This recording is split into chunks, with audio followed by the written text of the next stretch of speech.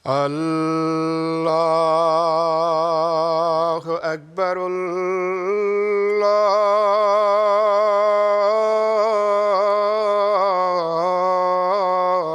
الله أكبر.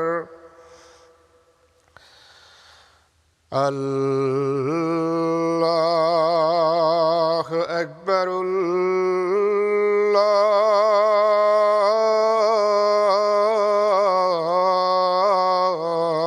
الله أكبر. أشهد أن لا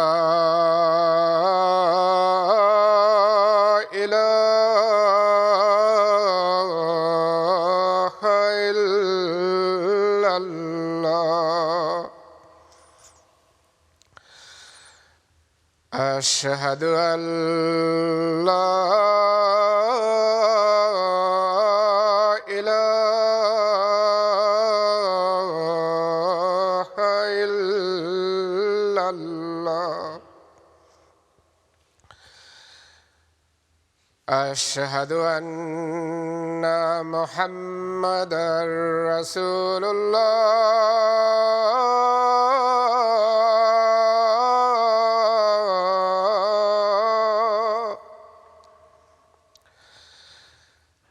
أشهد أن محمدًا رسول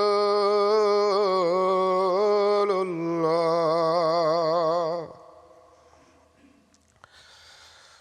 حي على الصلاة.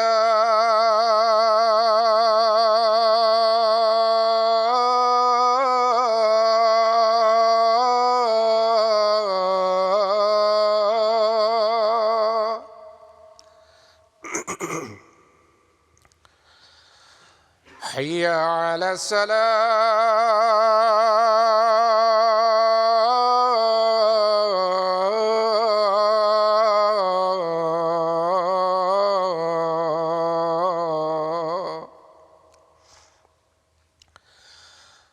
حي على الفلاح.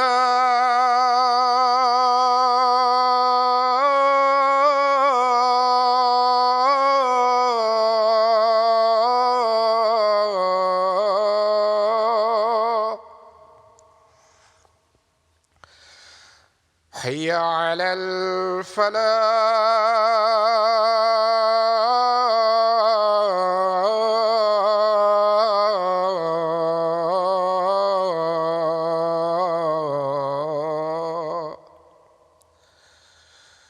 الله أكبر.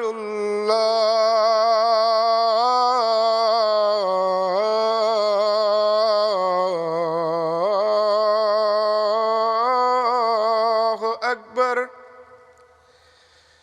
لا إله إلا الله.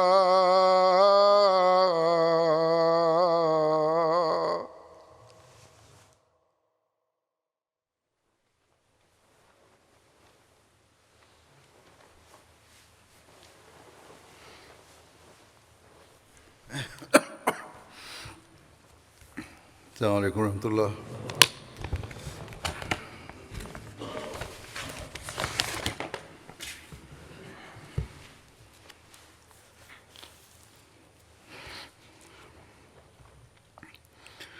أشهد أن لا إله إلا الله وحده لا شريك له وأشهد أن محمدًا عبده ورسوله. أما بعد فأعوذ بالله من الشيطان الرجيم. بسم الله الرحمن الرحيم.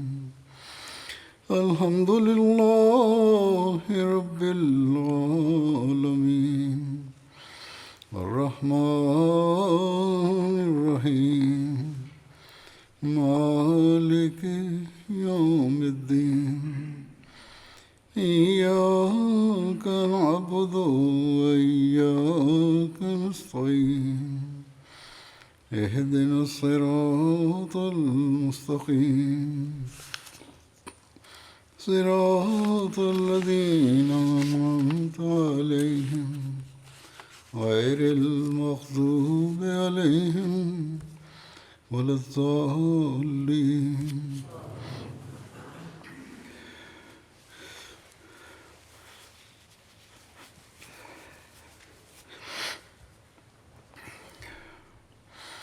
جیسا کہ میں نے گزشتہ خود میں بتایا تھا کہ بعض صحابہ کا ذکر کا کچھ حصہ رہ گیا ہے، وہ بیان کروں گا.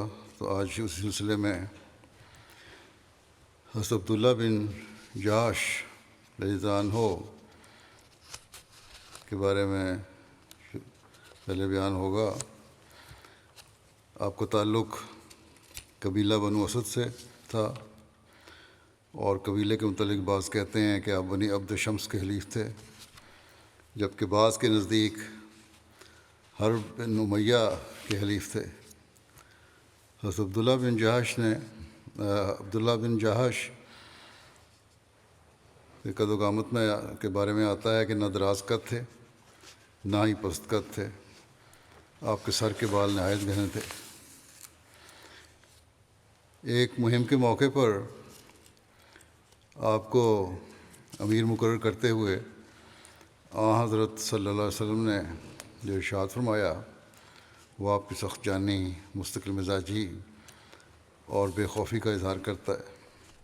حضرت سعد بن ابی وقاص کہتے ہیں کہ حضرت صلی اللہ علیہ وسلم نے فرمایا، میں تم پر ایک ایسے آدمی کو امیر مقرر کر کے بھیجوں گا جو اگرچہ تم سے زیادہ بہتر نہیں ہوگا لیکن بھوک اور پیاس کی برداشت میں تم سے زیادہ مضبوط ہوگا.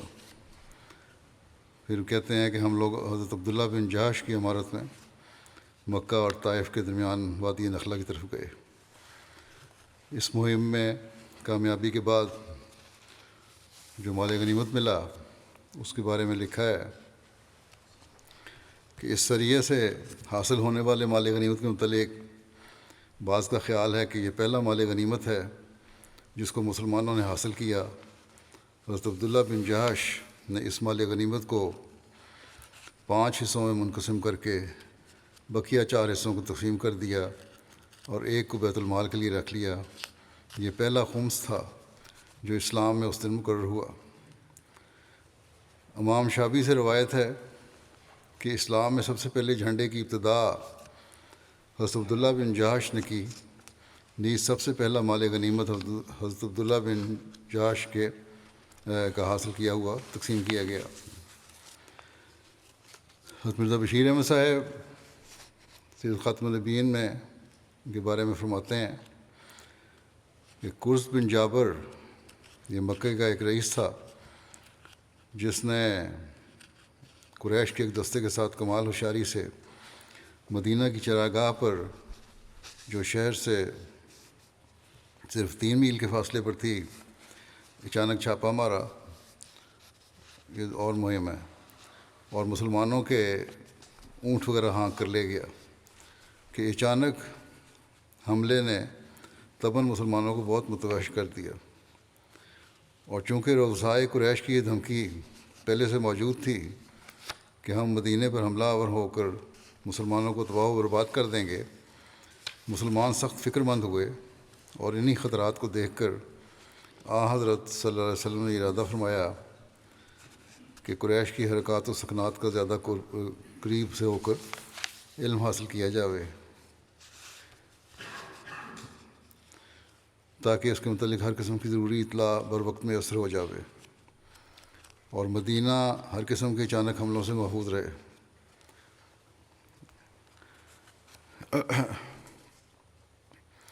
یہ جو ذکر ہو چکا ہے اسی مہم کے بارے میں آپ فرما رہے ہیں. پھر کہتے ہیں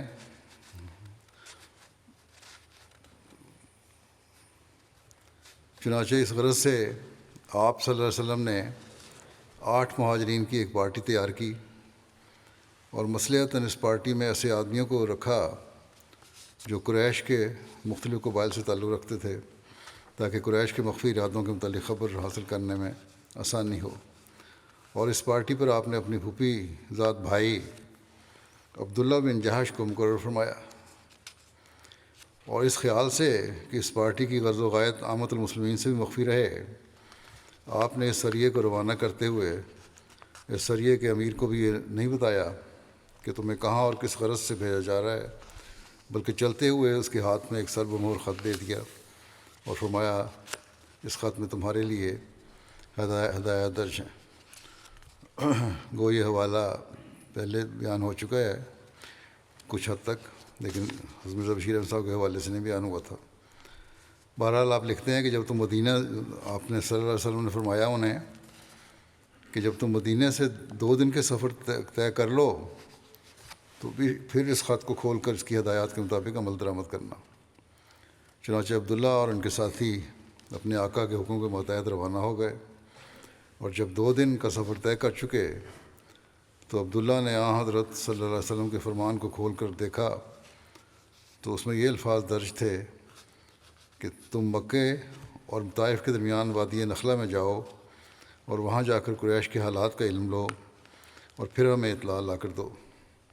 اور چونکہ مکے سے اس قدر قریب ہو کر خبر رسانی کرنے کا کام بڑا نازک تھا، آپ نے خط کے نیچے یہ ہدایت بھی لکھ دی کہ اس مشن کے معلوم ہونے کے بعد اگر تمہارا کوئی ساتھی اس پارٹی میں شامل رہنے سے متعمل ہو اور واپس چلا آنا چاہے تو اسے واپس آنے کی اجازت دے دو۔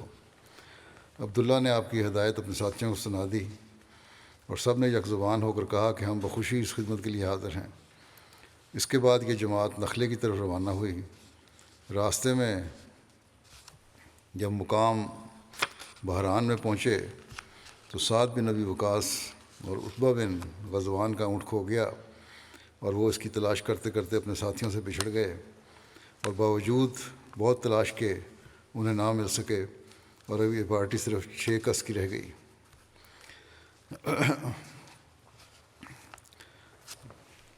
سعد بن ابی وقاص کے زمن میں اس کا کچھ حصہ بیان ہوا تھا۔ پھر لکھتے ہیں کہ مسٹر مارگولس اس موقع پر لکھتے ہیں کہ سعد بن ابی وقاص اور عتبہ نے جان بوجھ کر اپنا اونٹ چھوڑ دیا اور اس بہانے سے پیچھے رہ گئے۔ آپ لکھتے ہیں کہ ان جانصاران اسلام پر جن کی زندگی کا ایک ایک واقعہ ان کی شجاعت اور فدائیت پر شاہد ہے، اور جن میں سے ایک غزوہ بیر معونہ میں کفار کے ہاتھوں شہید ہوا، اور دوسرا کئی خطرناک مارکوں میں نمایاں حصہ لے کر بالآخر عراق کا فاتح بنا۔ اس قسم کا شبہ کرنا، اور شبہ بھی محض اپنے من گھڑت خیالات کی بنا پر کرنا، مسٹر مارگولس ہی کا حصہ ہے۔ لکھتے ہیں کہ پھر لطف یہ ہے کہ مارگولس صاحب اپنی کتاب میں دعویٰ یہ کرتے ہیں کہ میں نے یہ کتاب ہر قسم کے تعصب سے پاک ہو کر لکھی ہے۔ بہرحال یہ جملہ مترجمہ تھا۔ لکھتے ہیں کہ مسلمانوں کی یہ چھوٹی سی جماعت نخلا پہنچی اور اپنے کام میں مصروف ہو گئی، اور ان میں سے بعض نے اخفاء راز کے خیال سے اپنے سر کے بال منڈوا دیے تاکہ راہگیر وغیرہ ان کو عمرہ کے خیال سے آئے ہوئے لوگ سمجھ کر کسی قسم کا شبہ نہ کریں۔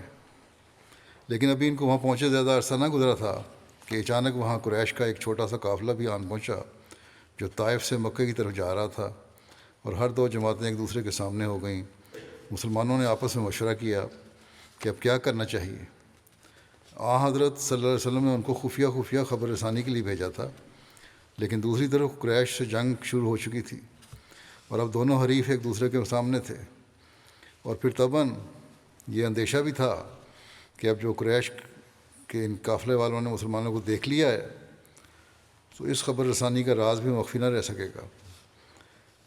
ایک دقت یہ بھی تھی کہ بعض مسلمانوں کو خیال تھا کہ شاید یہ دن رجب یعنی شہر حرام کا آخری ہے، جس میں عرب کے قدیم دستور کے مطابق لڑائی نہیں ہونی چاہیے، اور بعض سمجھتے تھے کہ رجب گزر چکا ہے اور شعبان شروع ہے، اور بعض روایات میں ہے کہ یہ سریہ جمادی الاخر میں بھیجا گیا تھا، اور شک یہ تھا کہ یہ دن جمادی کا ہے یا رجب کا۔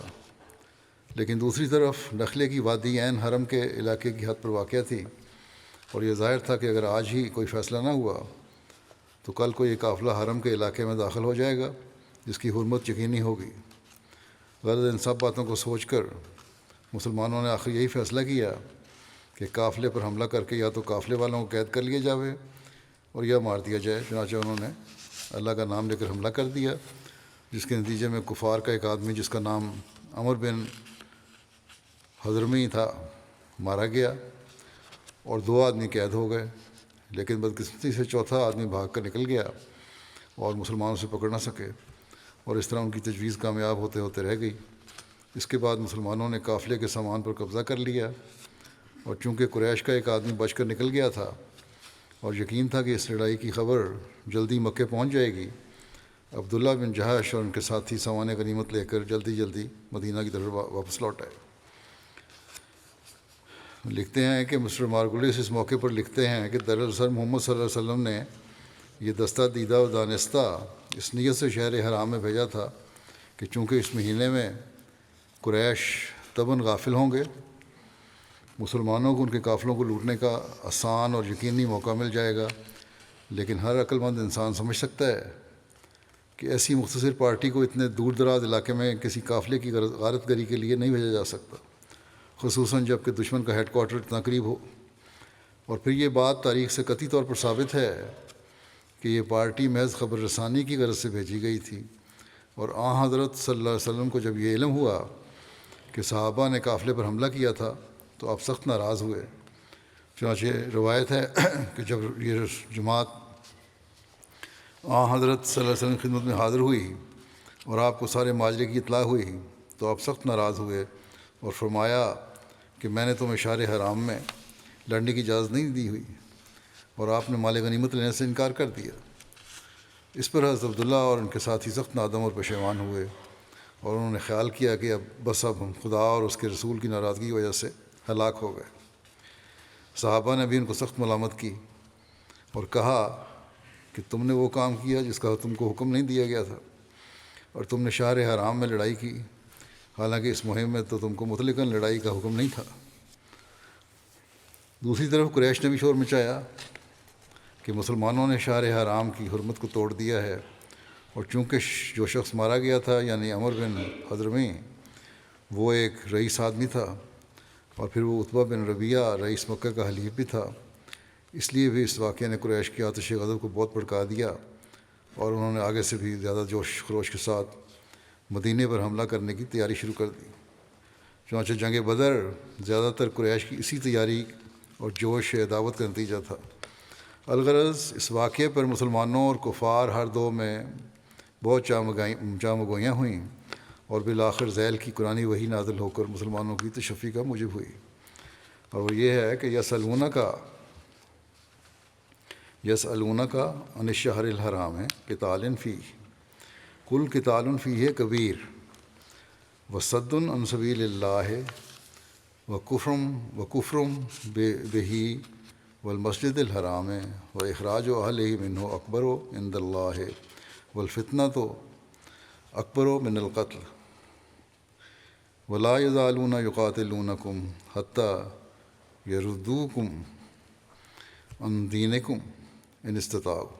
یعنی لوگ تو اس سے پوچھتے ہیں کہ شہر حرام میں لڑنا کیسا ہے، تو ان کو جواب دے کہ بے شک شہر حرام میں لڑنا بہت بری بات ہے، لیکن شہر حرام میں خدا کے دین سے لوگوں کو جبراً روکنا، بلکہ شہر حرام اور مسجد حرام دونوں کا کفر کرنا، یعنی ان کی حرمت کو توڑنا، اور پھر حرم کے علاقے سے اس کے رہنے والوں کو بزور نکالنا، جیسا کہ اے مشرکو تم لوگوں کر رہے ہو، یہ سب باتیں خدا کے نزدیک شہر حرام میں لڑنے کی نسبت بھی زیادہ بری ہیں، اور یقیناً شہر حرام میں ملک کے اندر فتنہ پیدا کرنا اس قتل سے بدتر ہے جو فتنے کو روکنے کے لیے کیا جاوے۔ اور اے مسلمانوں، کفار کا تو یہ حال ہے کہ وہ تمہاری عداوت میں اتنے اندھے ہو رہے ہیں کہ کسی وقت اور کسی جگہ بھی وہ تمہارے ساتھ لڑنے سے باز نہیں آئیں گے، اور وہ اپنی یہ لڑائی جاری رکھیں گے حتیٰ کہ تمہیں تمہارے دین سے پھیر دیں، بشرطے کہ وہ اس کی طاقت پائیں۔ چنانچہ تاریخ سے ثابت ہے کہ اسلام کے خلاف رؤسائے قریش اپنے خونی پروپیگنڈے کو اشہر و حرام میں بھی برابر جاری رکھتے تھے، بلکہ اشہر و حرم کہ اجتماعوں اور سفروں سے فائدہ اٹھاتے ہوئے وہ ان مہینوں میں اپنے مفسدانہ کارروائیوں میں اور بھی زیادہ تیز ہو جاتے تھے، اور پھر کمال بے حیائی سے اپنے دل کو جھوٹی تسلی دینے کے لیے وہ عزت کے مہینوں کو اپنی جگہ سے ادھر ادھر منتقل کر دیا کرتے تھے، جسے وہ نسی کے نام سے پکارتے تھے۔ اور پھر آگے چل کر تو انہوں نے غضب بھی کر دیا کہ صلح حدیبیہ کے زمانے میں باوجود پختہ عہد و پیمان کے کفار مکہ اور ان کے ساتھیوں نے حرم کے علاقے میں مسلمانوں کے ایک حلیف قبیلے کے خلاف تلوار چلائی۔ پھر جب مسلمان اس قبیلے کی حمایت میں نکلے تو ان کے خلاف بھی عین حرم میں تلوار استعمال کی۔ بس اس جواب سے مسلمانوں کی تو تسلی ہونی ہی تھی، قریش بھی کچھ ٹھنڈے پڑ گئے، اور اس دوران میں ان کے آدمی بھی اپنے 2 قیدیوں کو چھڑانے کے لیے مدینہ پہنچ گئے۔ لیکن چونکہ ابھی تک سعد بن ابی وقاص اور عتبہ واپس نہیں آئے تھے، اور حضرت صلی اللہ علیہ وسلم کو ان کے متعلق سخت خدشہ تھا کہ اگر وہ قریش کے ہاتھ پڑ گئے تو وہ قریش انہیں زندہ نہیں چھوڑیں گے، اس لیے آپ صلی اللہ علیہ وسلم نے ان کی واپسی تک قیدیوں کو چھوڑنے سے انکار کر دیا اور فرمایا کہ میرے آدمی بخیریت مدینہ پہنچ جائیں گے تو پھر میں تمہارے آدمیوں کو چھوڑ دوں گا۔ چنانچہ جب وہ دونوں واپس پہنچ گئے تو آپ صلی اللہ علیہ وسلم نے فدیہ لے کر دونوں قیدیوں کو چھوڑ دیا، لیکن ان قیدیوں میں سے ایک شخص تو مدینہ کے قیام کے دوران میں حضرت صلی اللہ علیہ وسلم کے اخلاق فاضلہ اور اسلامی تعلیم کی صداقت کا اس قدر گہرا اثر ہو چکا تھا کہ اس نے آزاد ہو کر بھی واپس جانے سے انکار کر دیا، اور حضرت صلی اللہ علیہ وسلم کے ہاتھ پر مسلمان ہو کر آپ کے حلقہ بگوشوں میں شامل ہو گیا، اور بالآخر بئر معونہ میں شہید ہوا۔ اس کا نام حکم بن کیسان تھا۔ حضرت عبداللہ بن جہش کی تلوار غزوہ احد کے دن ٹوٹ گئی تھی۔ رسول اللہ صلی اللہ علیہ وسلم نے ان کو ارجون یعنی کھجور کی ایک شاخ مرحمت فرمائی، پس وہ آپ کے ہاتھ میں تلوار کی طرح ہو گئی۔ اسی دن سے آپ ارجون کے لقب سے مشہور ہوئے۔ ابو نعیم کہتے ہیں کہ حضرت عبداللہ بن جہش اپنے رب کی قسم اٹھانے والے اور محبت الہی کو قلب میں جگہ دینے والے اور سب سے پہلے اسلامی جھنڈا قائم کرنے والے تھے۔ امام شعبی سے روایت ہے کہ میرے پاس بنی عامر اور بنی اسد کے 2 آدمی آپس میں فخر و مباحت کا اظہار کرتے ہوئے آئے۔ بنی عامر کے شخص نے بنی اسد کے شخص کا ہاتھ پکڑ کر رکھا تھا۔ اسدی کہہ رہا تھا کہ میرا ہاتھ چھوڑ دو، جبکہ عامری کہہ رہا تھا کہ خدا کی قسم میں آپ کو نہیں چھوڑوں گا۔ تو امام شعبی کہتے ہیں کہ میں نے کہا اسے کہ اے بنی عامر کے بھائی، اس کو چھوڑ دو، اور اسدی سے کہا کہ تمہاری 6 خوبیاں ایسی ہیں جو پورے عرب میں کسی میں نہیں ہیں۔ وہ یہ ہے، نمبر 1 کہ تم میں سے ایک خاتون سے رسول اللہ صلی اللہ علیہ وسلم نے نکاح کرنا چاہا تو اللہ تعالیٰ نے کروا دیا، اور ان دونوں کے درمیان سفیر حضرت جبرائیل تھے، اور وہ خاتون حضرت زینب بنت جہش تھیں، اور یہ تمہاری قوم کے لیے فخر کی بات ہے۔ نمبر 2، تم میں سے ایک شخص تھا جو کہ جنتی تھا مگر پھر بھی زمین پر عاجزی کے ساتھ چلتا تھا، اور وہ حضرت عکاشہ بن محصن تھے، اور یہ تمہاری قوم کے لیے فخر کی بات ہے۔ نمبر 3، اور اسلام میں سب سے پہلا علم یعنی جھنڈا جو دیا گیا وہ بھی تم میں سے ایک شخص حضرت عبداللہ بن جہش کو دیا گیا، اور یہ تمہاری قوم کے لیے فخر کی بات ہے۔ نمبر 4، سب سے پہلا مال غنیمت جو اسلام میں تقسیم ہوا وہ عبداللہ بن جہش کا مال غنیمت ہے۔ نمبر 5، اور بیت رضوان میں جس شخص نے سب سے پہلے بیعت کی وہ تمہاری قوم کا تھا، وہ رسول اللہ صلی اللہ علیہ وسلم سے حاضر ہوا اور عرض کیا، یا رسول اللہ صلی اللہ علیہ وسلم اپنا ہاتھ بڑھائیں تاکہ میں آپ کی بیعت کروں۔ آپ صلی اللہ علیہ وسلم نے دریافت فرمایا کہ کس بات پر میری بیعت کرو گے؟ انہوں نے جواب دیا کہ جو آپ کے دل میں ہے۔ حضور صلی اللہ علیہ وسلم نے پوچھا میرے دل میں کیا ہے؟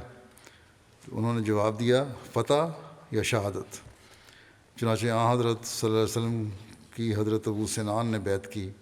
اس کے بعد لوگ آتے اور کہتے کہ حضرت ابو سنان والی بیعت پر ہم بھی بیعت کرتے ہیں، اور یہ تمہاری قوم کے لیے فخر کی بات ہے۔ نمبر 6، اور جنگ بدر کے دن 7 مہاجرین تمہاری قوم کے تھے، اور یہ تمہاری قوم کے لیے فخر کی بات ہے۔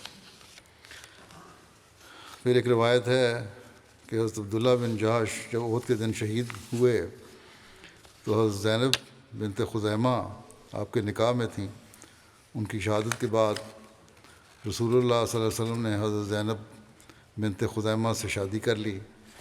آپ 8 ماہ تک رسول اللہ صلی اللہ علیہ وسلم کے ہاں رہیں، اور یہ بھی کہا جاتا ہے کہ 2-3 ماہ رہیں، اور ماہ ربیع الاخر کے آخر میں آپ کی وفات ہو گئی۔ رسول اللہ صلی اللہ علیہ وسلم نے آپ کا جنازہ پڑھا اور جنت البقیع میں دفن کیا۔ باقی ذکر تو جیسا کہ میں نے کہا پہلے ہو چکا ہے۔ اگلا ذکر ہے حضرت صالح شکران کا۔ بعض کے نزدیک حضرت شکران اور حضرت ایمن نبی کریم صلی اللہ علیہ وسلم کو اپنے والد کی طرف سے ورثہ میں ملے تھے۔ غزوہ بدر کے بعد نبی کریم صلی اللہ علیہ وسلم نے ان کو آزاد فرما دیا تھا، غلام تھے۔ حضرت صلی اللہ علیہ وسلم کی وفات کے بعد جن اشخاص کو غسل دینے کی سعادت نصیب ہوئی ان میں حضرت صالح شکران بھی تھے، نیز ان کے علاوہ 8 اہل بیت اور بھی تھے۔ مسند امام احمد بن حنبل کی روایت ہے کہ حضرت صالح کو ایک سعادت اور حاصل ہے، وہی غسل کے بارے میں جو ذکر ہو چکا ہے کہ حضرت صلی اللہ علیہ وسلم کو جب غسل دیا جا رہا تھا تو اس وقت جو اصحاب پانی میں ڈیل رہے تھے ان میں حضرت صالح شکران اور حضرت اسامہ بن زید تھے۔ چنانچہ روایت میں آتا ہے کہ حضرت ابن عباس سے مروی ہے کہ جب لوگ نبی کریم صلی اللہ علیہ وسلم کو غسل دینے کے لیے اکٹھے ہوئے تو گھر میں صرف آپ صلی اللہ علیہ وسلم کے اہل خانہ ہی تھے۔ آپ کے چچا حضرت عباس اور حضرت علی، حضرت فضل بن عباس، حضرت قسم بن عباس، حضرت اسامہ بن زید اور حضرت صالح شکران آپ کے آزاد کردہ غلام۔ اسی دوران گھر کے دروازے پر کھڑے بنو عوف بن خزرج کہ حضرت اوس بن خولی انصاری جو بدر میں شامل تھے، انہوں نے حضرت علی کو پکار کر کہا، اے علی، میں آپ کو اللہ کی قسم دیتا ہوں کہ رسول اللہ صلی اللہ علیہ وسلم کے متعلق ہمارا حصہ بھی رکھنا۔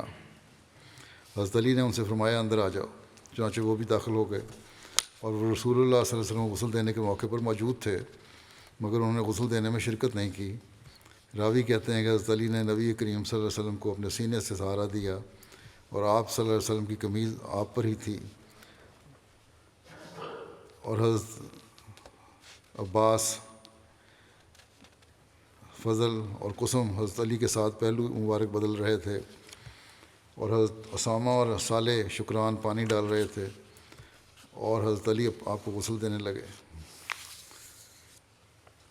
علامہ بلازری نے ذکر کیا ہے کہ حضرت عمر نے حضرت شکران کے صاحبزادے عبد الرحمن بن شکران کو حضرت ابو موسیٰ اشعری کی طرف روانہ کیا اور لکھا کہ میں تمہاری طرف ایک صالح آدمی عبد الرحمن بن صالح شکران جو رسول اللہ صلی اللہ علیہ وسلم کے آزاد کردہ غلام تھے کو بھیج رہا ہوں۔ رسول اللہ صلی اللہ علیہ وسلم کے ہاں ان کے والد کے مقام کا لحاظ رکھتے ہوئے اس سے سلوک کرنا۔ ایک روایت ہے کہ علامہ باوی کہتے ہیں کہ حضرت شکران نے مدینہ میں رہائش اختیار کی تھی اور آپ کا ایک گھر بصرے میں بھی تھا۔ حضرت عمر کے دور خلافت میں آپ کی وفات ہوئی۔ ان خاندان کا آخری فرد ہارون رشید کے عہد میں مدینہ میں فوت ہوا۔ اسی طرح بصرے میں بھی ان کے خاندان کا ایک شخص رہتا تھا۔ مصعب کہتے ہیں کہ اس کی نسل آگے چلی یا نہیں اس کا مجھے علم نہیں۔ حضرت صالح شکران سے مروی ہے کہ میں نے رسول اللہ صلی اللہ علیہ وسلم کو ایک گدھے پر سوار خیبر کی طرف جاتے ہوئے دیکھا۔ آپ اشارے سے نماز ادا فرما رہے تھے، یعنی سواری پہ بیٹھے ہوئے نماز پڑھ رہے تھے۔ یہ بھی ایک مسئلہ ہے کہ سواری میں نماز ادا کی جا سکتی ہے کہ نہیں۔ حضرت مالک بن دخشم، یہ بھی ایک صحابی ہیں جن کا ذکر کا کچھ عرصہ رہتا ہے۔ ان کے بارے میں لکھا ہے کہ حضرت مالک بن دخشم کا نام مالک بن دخیشن اور ابن دخشن بھی بیان ہوا ہے۔ آپ کے والد کا نام دخشم بن مرزخہ تھا، جبکہ ان کا نام دخشم بن مالک بن دخشم بن مرزخہ بھی بیان ہوا ہے۔ آپ کی والدہ کا نام عمیرہ بنت سعد تھا۔ حضرت مالک کی شادی جمیلہ بنت ابی بن سلول سے ہوئی جو رئیس المنافقین عبداللہ بن ابی سلول کی ہمشیرہ تھیں۔ سہیل بن عمر کو قیدی بنانے کے موقع پر حضرت مالک نے یہ اشعار کہے تھے: اثرت سہیلا فلا ابتغی اسیرا بہ من جمیع الامم وخندف تعلم ان الفتى فتاها سہیل اذا یظلم ضربت بالشفر حتن ثنا واکرہت نفسی علی ذی العلم، کہ میں نے سہیل کو قیدی بنایا اور اس کے بدلے میں تمام اقوام سے کسی کو بھی قیدی نہیں بنانا چاہتا۔ بنو خندف جانتے ہیں کہ سہیل ہی اپنے قبیلے کا جواں مرد ہے۔ جب ان پر ظلم کیا جائے میں نے جھنڈے والے پر وار کیا یہاں تک کہ وہ جھک گیا، اور میں نے کٹے ہوئے ہونٹ والے مراد سہیل بن عمر سے تھا جنگ کرنے پر اپنے آپ کو مجبور کیا۔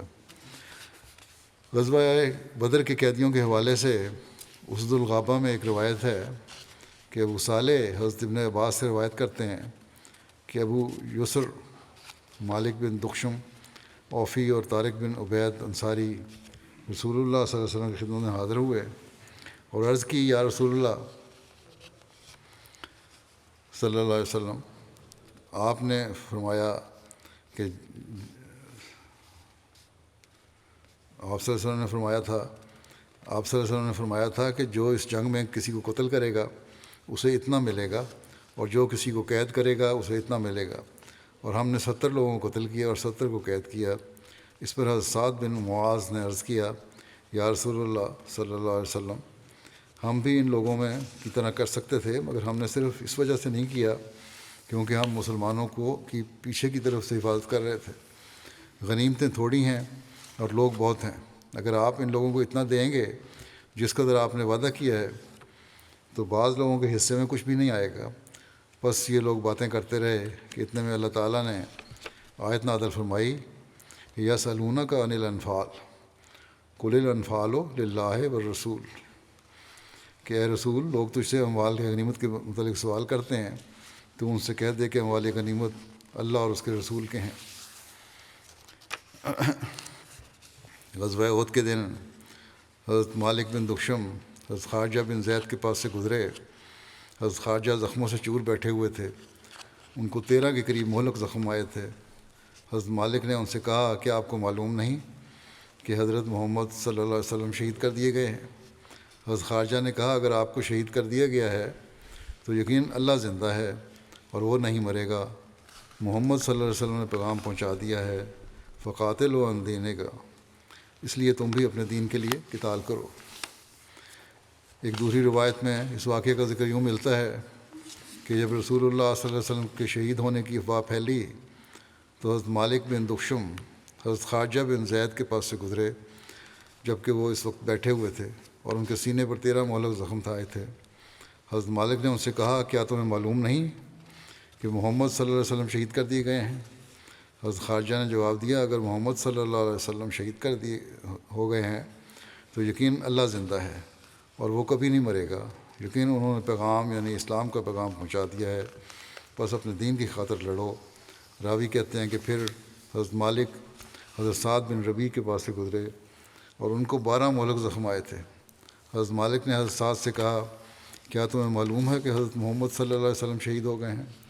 حضرت سعد نے جواب دیا کہ میں گواہی دیتا ہوں کہ محمد صلی اللہ علیہ وسلم نے اپنے رب کے پیغام کو پہنچا دیا ہے، بس اپنے دین کی خاطر لڑو کیونکہ اللہ زندہ ہے، وہ کبھی نہیں مرے گا۔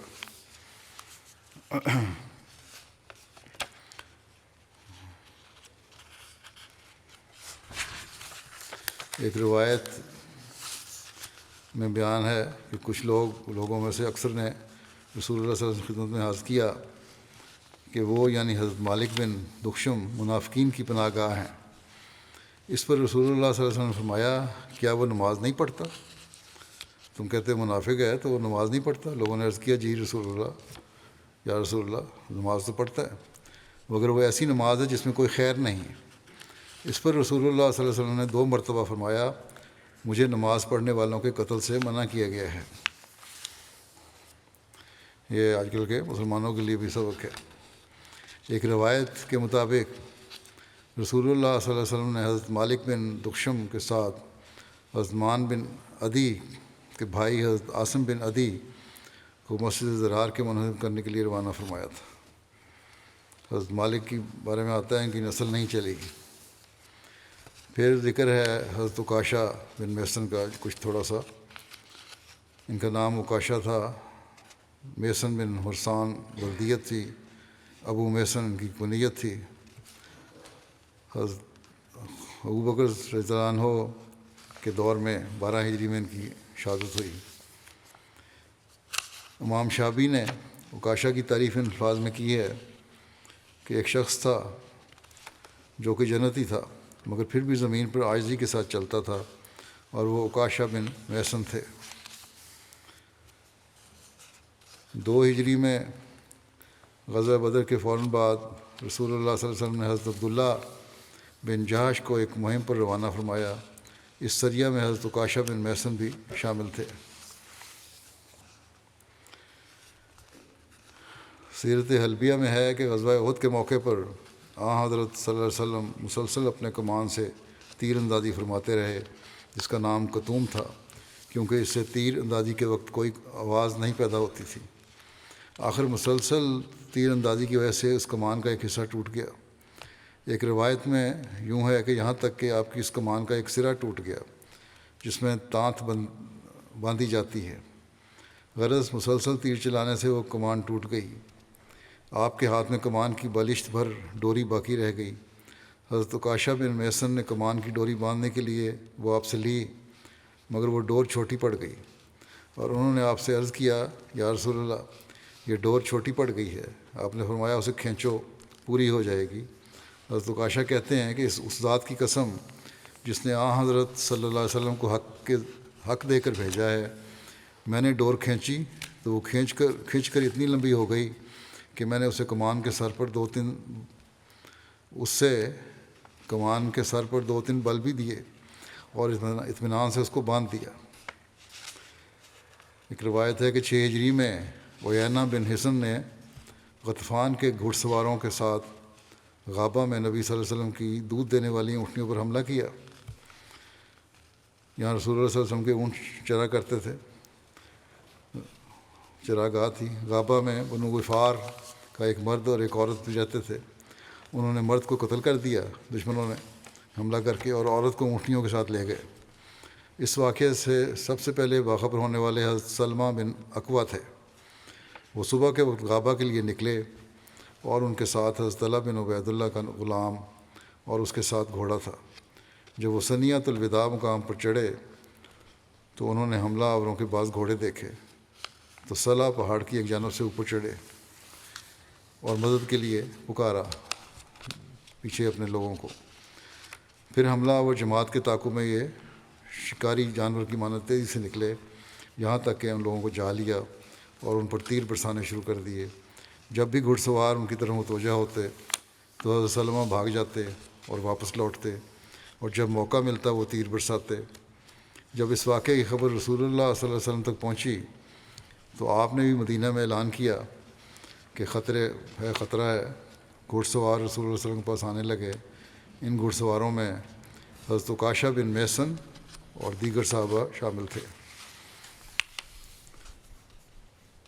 اس مارکے میں حضرت عکاشہ بن محسن نے عبار اور اس کے بیٹے عمر بن عبار کو جا لیا۔ وہ دونوں ایک اونٹ پر سوار تھے۔ حضرت عکاشہ نے ان کو ایک نیزے پہ ہی پرو دیا اور دونوں کو قتل کر دیا، اور چھینی ہوئی بعض اونٹنیاں واپس لے آئے۔ پھر ذکر ہے حضرت خارجہ بن زید کا، جن کی کنیت ابو زید تھی۔ ایک روایت میں ہے کہ حضرت معاذ بن جبل، حضرت سعد بن معاذ اور حضرت خارجہ بن زید نے یہود کے چند علماء سے تورات میں موجود چند باتوں کے متعلق پوچھا، جن کا جواب دینے سے ان علماء نے انکار کر دیا اور سچ کو چھپایا، جس پر اللہ تعالیٰ نے یہ آیت نازل فرمائی، ان الذین یکتمون ما انزلنا من البینات والہدی من بعد ما بیناہ للناس فی الکتاب اولئک یلعنہم اللہ ویلعنہم اللائنون۔ یقیناً وہ لوگ جو اسے چھپاتے ہیں جو ہم نے واضح نشانات اور کامل ہدایت میں سے نازل کیا ہے، اس کے بعد بھی کہ ہم نے کتاب میں اس کو لوگوں کے لیے خوب کھول کر بیان کر دیا تھا۔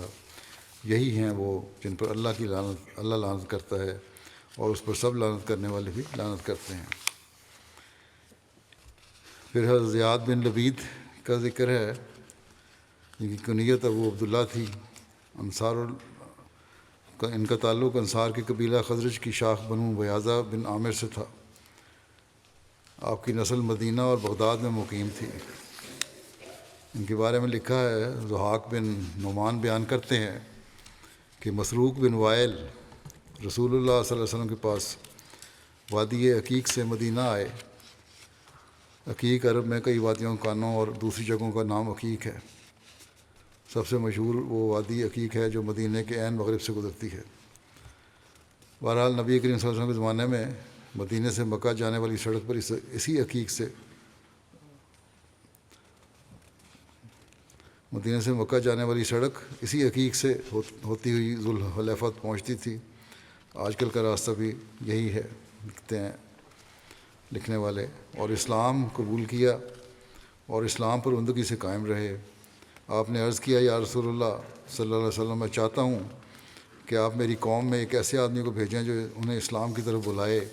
چنانچہ آپ صلی اللہ علیہ وسلم نے ان کی طرف حضرت زیاد بن لبید انصاری کو بھیجا۔ حضرت زیاد 41 ہجری میں حضرت معاویہ کے دور حکومت کے شروع میں فوت ہوئے۔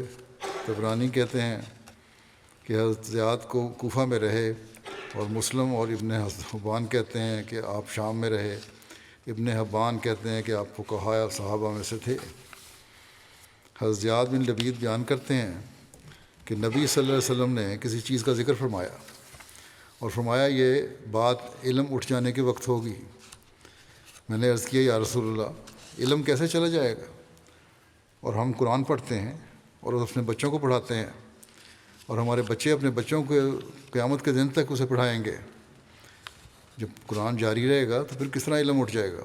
اس پر آپ صلی اللہ علیہ وسلم نے فرمایا، اللہ تیرا بھلا کرے اے زیاد، میں تمہیں مدینے کے سب سے زیادہ سمجھدار لوگوں میں سے سمجھتا تھا۔ کیا یہ یہود اور نصارہ تورات اور انجیل نہیں پڑھتے؟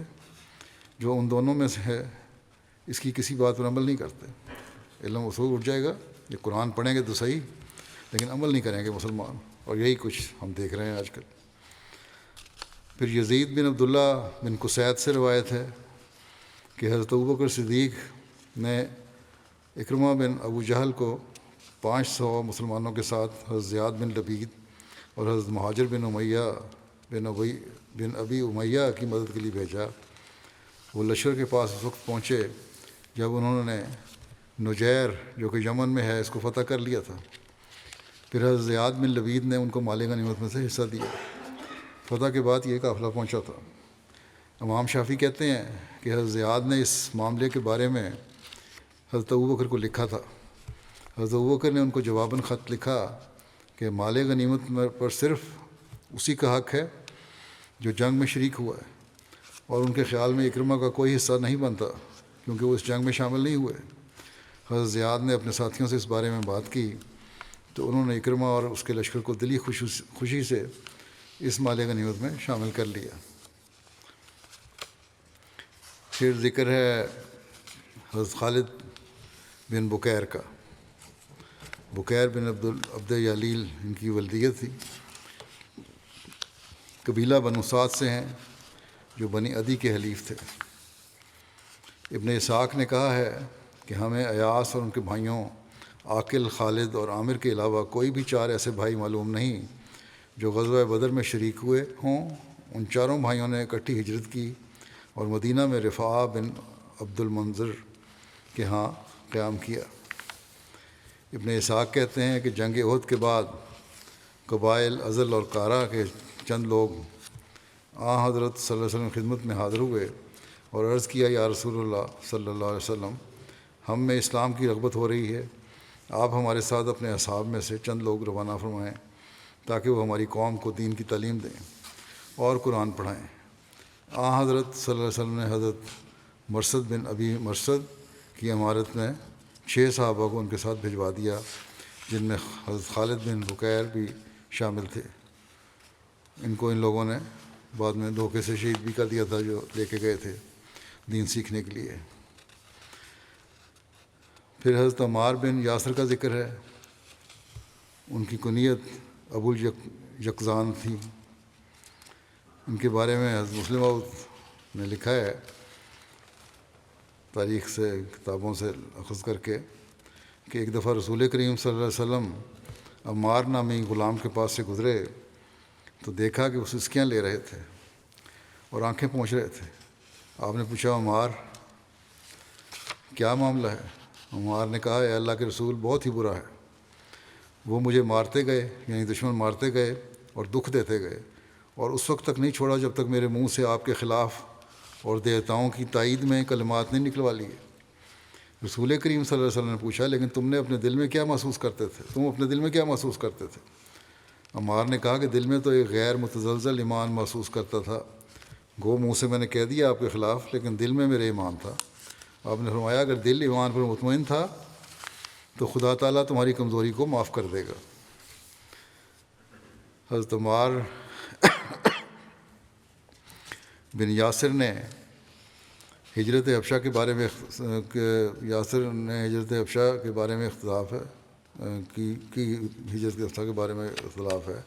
بعض کا خیال ہے کہ آپ ہجرت حبشہ ثانیہ میں شریک تھے۔ حضرت عثمان کے زمانہ خلافت میں ہونے والی شورش کا ذکر کرتے ہوئے حضرت خلیفہ ثانی بیان فرماتے ہیں کہ جب یہ شورش حد سے بڑھنے لگی اور صحابہ کرام کو بھی ایسے خطوط ملنے لگے جن میں گورنروں کی شکایت درج ہوتی تھی، تو انہوں نے مل کر حضرت عثمان سے عرض کیا کہ کیا آپ کو معلوم نہیں کہ باہر کیا ہو رہا ہے؟ انہوں نے فرمایا کہ جو رپورٹیں مجھے آتی ہیں وہ تو خیر و عافیت ہی ظاہر کرتی ہیں۔ صحابہ نے جواب دیا کہ ہمارے پاس اس مضمون کے خطوط باہر سے آتے ہیں، اس کی تحقیق ہونی چاہیے۔ حضرت عثمان نے اس پر ان سے مشورہ طلب کیا کہ تحقیق کس طرح کی جاوے، اور ان کے مشورے کے مطابق اسامہ بن زید کو بصرے کی طرف، محمد بن مسلم کو کوفے کی طرف، عبداللہ بن عمر کو شام کی طرف، عمار بن یاسر کو مصر کی طرف بھیجا کہ وہاں کے حالات کی تحقیق کر کے رپورٹ کریں کہ آیا واقعہ میں امرائے رعیت پر ظلم کرتے ہیں اور تعدی سے کام لیتے ہیں اور لوگوں کے حقوق مار لیتے ہیں، اور ان چاروں کے علاوہ کچھ اور لوگ بھی متفرق بلاد کی طرف بھیجے تاکہ وہاں کے حالات سے اطلاع دیں۔ یہ لوگ گئے اور تحقیق کے بعد واپس آ کر ان سب نے رپورٹ کی کہ سب جگہ امن ہے اور مسلمان بالکل آزادی سے زندگی بسر کر رہے ہیں اور ان کے حقوق کو کوئی تلف نہیں کرتا، اور حکام عدل و انصاف سے کام لے رہے ہیں۔ مگر عمار بن یاسر نے دیر کی اور ان کی کوئی خبر نہ آئی۔ ان کی طرف سے خبر آنے پر میں اس قدر دیر ہوئی کہ اہل مدینہ نے خیال کیا کہیں مارے گئے ہیں، مگر اصل بات یہ تھی کہ اپنی سادگی اور سیاست سے ناواقفیت کی وجہ سے ان مفسدوں کے پنجے میں پھنس گئے تھے جو عبداللہ بن سبا کے شاگرد تھے۔ مصر میں چونکہ عبداللہ بن سبا موجود تھا اور وہ اس بات سے غافل نہ تھا کہ اگر اس تحقیقاتی وفد نے تمام ملک میں امن و امان کا فیصلہ دیا تو تمام لوگ ہمارے مخالف ہو جائیں گے۔ اس وفد کے بھیجے جانے کا فیصلہ ایسا اچانک ہوا تھا کہ دوسرے علاقوں میں وہ کوئی انتظام نہیں کر سکا، مگر مصر کا انتظام اس کے لیے آسان تھا۔ جو ہی عمار بن یاسر مصر میں داخل ہوئے اس نے ان کا استقبال کیا اور والی مصر عمر بن عاص کی برائیاں اور مظالم بیان کرنے شروع کریے۔ وہ اس کے لسانی سحر کے اثر سے محفوظ نہ رہ سکے، ایسی باتیں کیں تو ان پہ اس کا باتوں کا جادو چل گیا۔ بڑا بولنے والا تھا، اور بجائے اس کے کہ ایک عام بے لوث تحقیق کرتے، والی مصر کے پاس گئے ہی نہیں اور نہ عام تحقیق کی، بلکہ اسی مفسد گروہ کے ساتھ چلے گئے اور انہی کے ساتھ مل کر اعتراض کرنے شروع کر دیے۔ صحابہ میں سے اگر کوئی شخص ان مفسد گروہوں کے پھندے میں پھنسا ہوا یقینی طور پر ثابت ہوتا ہے تو وہ صرف عمار بن یاسر ہیں۔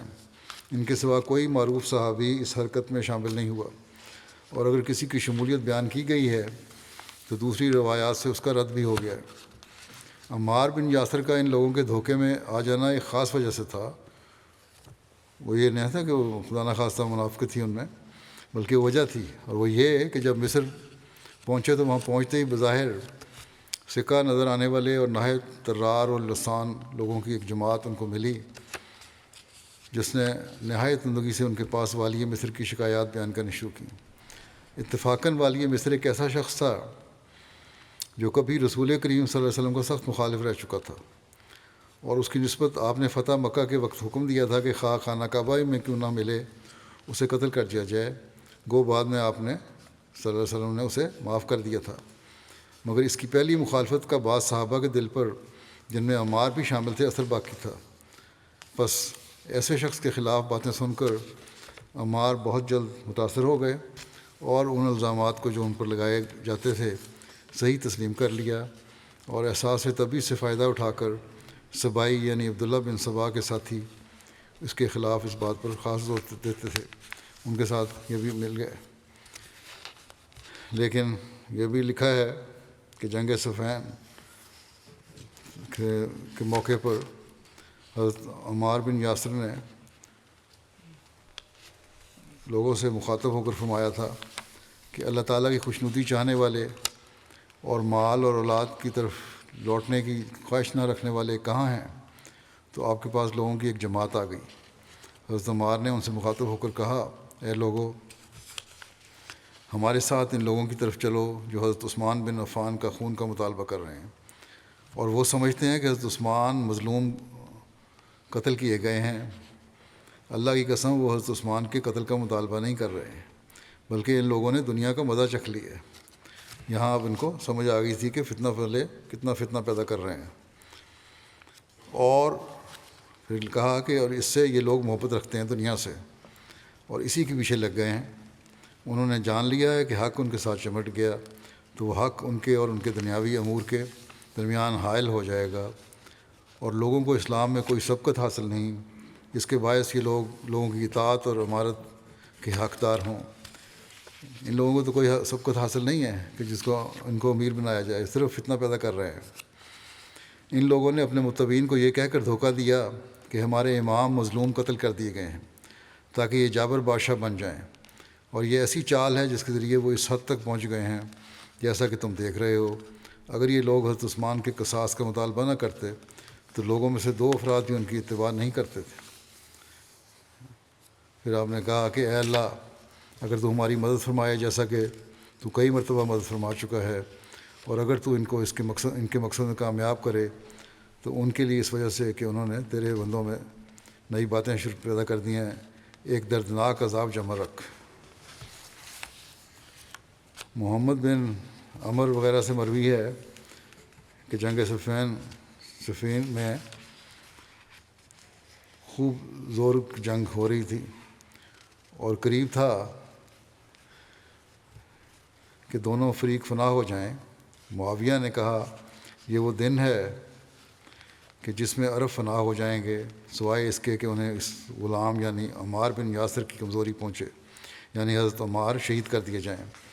3 دن اور رات شدید جنگ رہی۔ تیسرا دن ہوا تو حضرت عمار نے ہاشم بن عتبہ بن نبی وقاص سے، جن کے پاس اس روز جھنڈا تھا، کہا، میرے ماں باپ تم پر فدا ہوں، مجھے ساتھ لے چلو۔ ہاشم نے کہا، اے عمار، آپ پر خدا کی رحمت ہو، آپ ایسے آدمی ہیں کہ جنگ آپ کے ہلکا اور خفیف سمجھتی ہے۔ میں تو جھنڈا اس امید پر لے کر چلوں گا کہ اس کے ذریعے سے میں اپنے مراد کو پہنچ جاؤں۔ اگر میں کمزوری دکھاؤں گا پھر بھی موت سے امن میں نہیں ہوں۔ وہ برابر ان کے ساتھ رہے یہاں تک کہ انہوں نے سوار کیا، اپنے ساتھ سوار کر لیا۔ پھر عمار اپنے لشکر میں کھڑے ہوئے، ذوالقلع اپنے لشکر کے ساتھ ان کے مقابلے پر کھڑا ہوا۔ ان دونوں نے آپس میں جنگ کی اور قتل ہوئے، دونوں لشکر برباد ہو گئے۔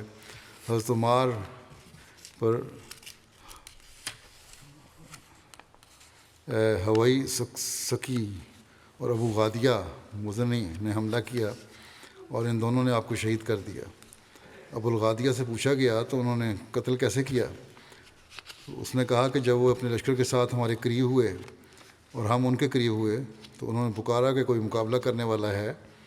سکاسک یمن کا ایک قبیلے کا نام ہے، اس میں سے ایک شخص نکل کر آیا، دونوں نے ایک دوسرے پر تلوار چلائی، پھر حضرت عمار نے سکسکی کو قتل کر دیا۔ پھر انہوں نے پکارا کہ اب کون مقابلہ کرنا چاہتا ہے؟ ہمیر یمن کے ایک قبیلہ کا نام اس میں سے بھی ایک شخص مقابلے کے لیے گیا، دونوں نے ایک دوسرے پر تلوار چلائی۔ عمار نے حمیری کو قتل کر دیا، حمیری نے ان کو زخمی کر دیا تھا۔ پھر انہوں نے پکارا کہ اور کون مقابلہ کرنا چاہتا ہے؟ میں ان کی طرف نکلا، یہی کہتا ہے غلام، اور ہم دونوں نے ایک دوسرے پر تلوار چلائی۔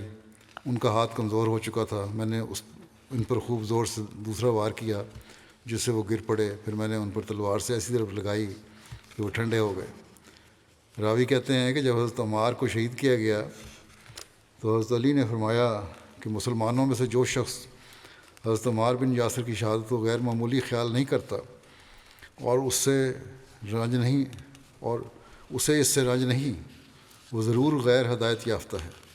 عمار پر اللہ تعالیٰ کی رحمت ہو جس دن وہ اسلام لائے، اور اللہ عمار پر رحم کرے۔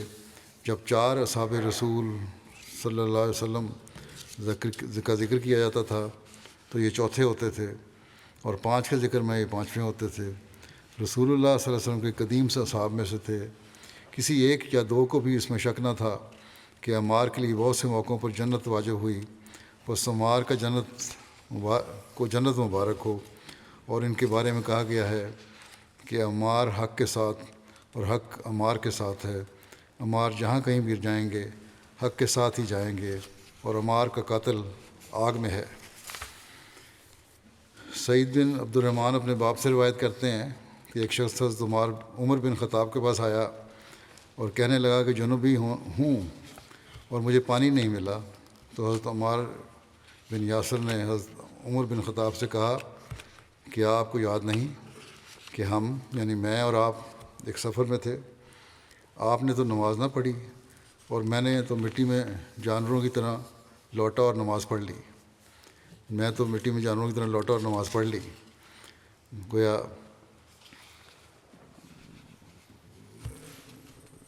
پانی نہ ہونے کی وجہ سے یہ کیا تیمم۔ میں نے نبی صلی اللہ علیہ وسلم کے پاس اس کا ذکر کیا تو نبی صلی اللہ علیہ وسلم نے فرمایا تم کو صرف اس طرح کافی تھا، اور آپ نے اپنے دونوں ہاتھ زمین پر مارے، پھر ان پر پھونکا اور اپنے منہ اور دونوں ہاتھوں کا مسح کیا۔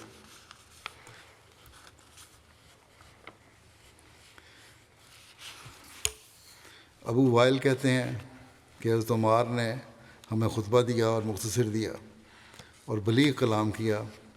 جب وہ ممبر سے نیچے اترے تو ہم نے کہا اے ابو یقظان، آپ نے بہت بلیغ کلام کیا ہے لیکن مختصر کیا ہے، آپ نے اسے لمبا کیوں نہ کیا؟ تو انہوں نے کہا کہ میں نے رسول اللہ صلی اللہ علیہ وسلم کو فرماتے ہوئے سنا کہ آدمی کی لمبی نماز اور مختصر خطبہ اس کی عقلمندی کی نشانی ہے، بس نماز لمبی کرو اور خطبہ مختصر کرو، اور یقیناً بعض بیان تو جادو ہوتے ہیں۔ حسان بن بلال کہتے ہیں کہ میں نے عمار بن یاسر رضی اللہ عنہما کو دیکھا کہ انہوں نے وضو کیا تو اپنی داڑھی میں خلال کیا، یعنی انگلیاں داڑھی پہ پھیریں۔ ان سے کہا گیا کہ یا راوی کہتے ہیں کہ میں نے ان سے کہا کہ آپ اپنی داڑھی کا خلال کر رہے ہیں؟ تو انہوں نے جواب دیا کہ میں داڑھی کا خلال کیوں نہ کروں جبکہ میں نے رسول اللہ صلی اللہ علیہ وسلم کو داڑھی کا خلال کرتے دیکھا ہے۔ عمر بن غالب سے روایت ہے کہ ایک شخص نے عمار بن یاسر رضی اللہ عنہ کے پاس عائشہ رضی اللہ عنہا کی عیب جوئی کی، تو انہوں نے کہا تو ہٹ مردود بدتر، کیا تو رسول اللہ صلی اللہ علیہ وسلم کی محبوب بیوی کو اذیت پہنچا رہا ہے؟ تو یہ تھے کچھ ذکر، باقی جو رہ گئے انشاءاللہ آئندہ ہوں گے۔ ایک افسوسناک خبر بھی ہے، برکینا فاسو میں ہمارے 9 احمدی شہید کر دیے گئے پرسوں، بڑا افسوسناک واقعہ ہے، انا للہ و انا الیہ راجعون۔ ان کے اور بڑے ظالمانہ طریقے سے ان کو شہید کیا گیا، لیکن ان کے ایمان کا امتحان بھی تھا اور جس پر وہ ثابت قدم رہے، یہ نہیں کہ اللہ تعالیٰ فائرنگ کر کے، بلکہ ہر ایک کو بلا بلا کے شہید کیا۔ لیکن بہرحال اس کی تفصیلات کچھ آئی ہیں، کچھ آ رہی ہیں، اس لیے انشاءاللہ تفصیلی ذکر میں اگلے جمعے میں ان کا کروں گا۔ اللہ تعالیٰ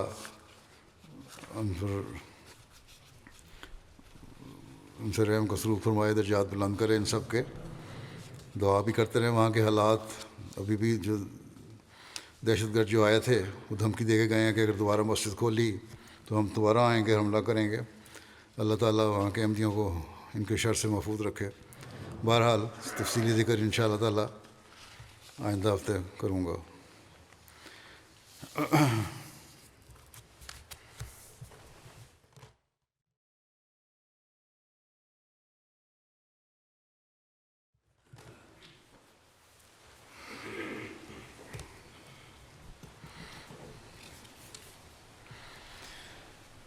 الحمد